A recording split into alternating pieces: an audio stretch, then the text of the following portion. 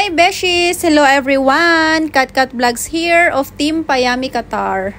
After na namin kumain ng dinner ay pumunta kami dito sa may Chai Jamar. Akala namin bago lang siya dito sa may Lusail, hindi pala. So ayan nga, sabi, hindi pala siya bago mga Beshi. 1 taon tsaka 5 months na daw siya dito. Pero hindi namin siya napapansin. Alam mo yun, madalas kami dito kumakain pero hindi namin siya napapansin talaga. Or baka hindi ko sure. Hindi ko siya napapansin. Hindi ko siya napapansin mga Beshi. Ayan. So itatry nga namin. Chai din daw siya. Tsaa siya. So tea.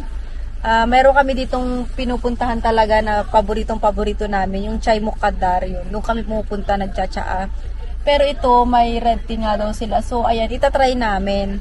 Meron silang for take away, tsaka take away din na naka-glass. So, pwede kang pumili dun kahit anong gusto mo.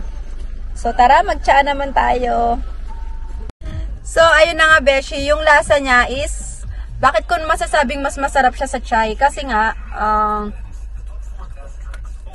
hindi masyadong strong yung lasa niya, tsaka hindi rin bitter. So, tama lang yung pagka-blend ng ng tsaa.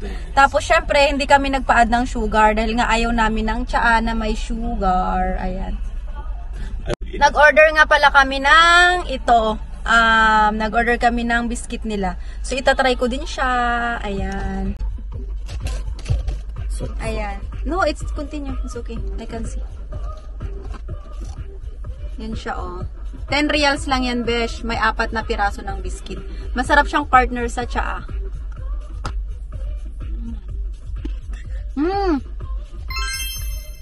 Sarap niya, besh. Ito yung gustong-gusto kong biscuit. This is the biscuit what I want. The taste, you know. It's like, yan.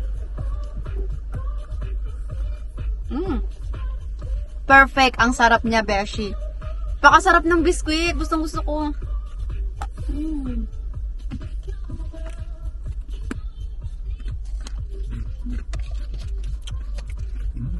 Tastes like milk, not too much sweet. Right? Yeah. On this one, meron silang cashew nuts din. Grilled ata siya. So, ayan.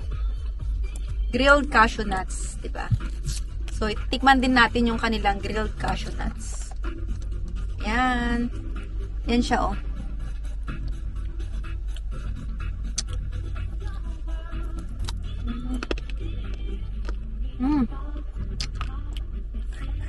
Medyo makunat siya, pero okay lang yung lasa niya.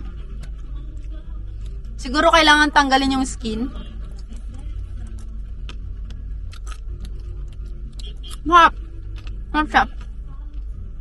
10 reals lang din siya, beshi. Ayun no, ang cute ng lagayan. Diba? Sulit na sulit. Approve sa panlasa namin. That's it. Close it.